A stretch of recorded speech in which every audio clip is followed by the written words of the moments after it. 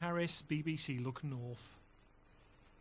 Thousands of children receiving dental work to correct crooked teeth may have to change dentist in the middle of their treatment because of a shake-up in NHS contracts. Orthodontic work, which involves fitting braces to straighten children's front teeth, is free on the NHS if the patient is under 18. But dentists who provide the service will have to compete for new contracts from September. And if they fail to win one, the children they work with may have to travel many miles for treatment.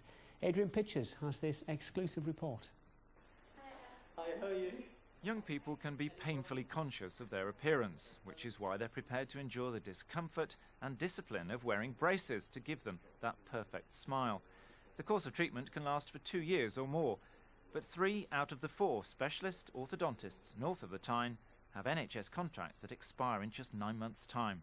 The orthodontist has seen the patient for the best part of 2.5 years, but if you've only got 1 year of treatment being paid for, what do you do in the next 6 months or more? Unfortunately, whatever way we turn, it seems to be the patient that always comes out as the fall guy. So why are established orthodontists, including this practice in Newcastle, which has been treating children and teenagers for more than 20 years, having to compete for NHS cash now? Well, new dental contracts were introduced 5 years ago.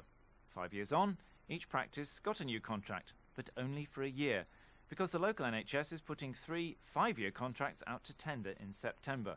They'll start in April 2012, and any qualified orthodontist can bid for the work. Which means that big dental companies could tender the lowest price per patient and win those 3 contracts for north of Tyne.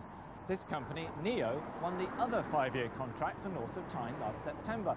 Its main practice is in Ashington, so the future for young patients from Tyneside could be lengthy trips to Northumberland every 6 weeks, unless their current orthodontist wins a new contract. The new body that awards NHS contracts to dentists is called the North East Primary Care Services Agency. They wouldn't give Look North an interview, but they did provide a statement in which they said, "We would like to strongly reassure patients currently receiving orthodontic treatment that their treatment will continue, either with their current provider or with a new orthodontist."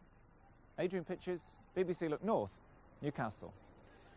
Well, earlier I spoke to Richard Jones of the British Orthodontic Society, and I asked him if it really mattered that young people might have to change dentists in the middle of their treatment.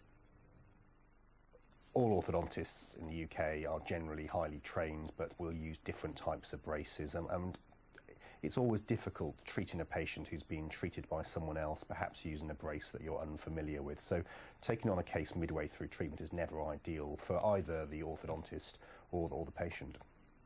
Now, NHS budgets are pretty stretched. I mean, should orthodontics still be available free to under 18s? Well, it has been restricted. In the last 5 years, it is now very much aimed at patients who have a demonstrable health need. And there is an index that is used throughout the country now to identify those cases which are more of need of treatment on a health basis rather than a purely cosmetic basis. And about 1/3 to 45% of the population, 12-year-old population in the UK, would be deemed to have a health issue as well as a cosmetic one. So with that in mind, I think it's a very worthwhile use of NHS funds. The rest of the day's news now, and a woman's in hospital with head injuries after she was attacked near a school by a man armed with a hammer. Officers were called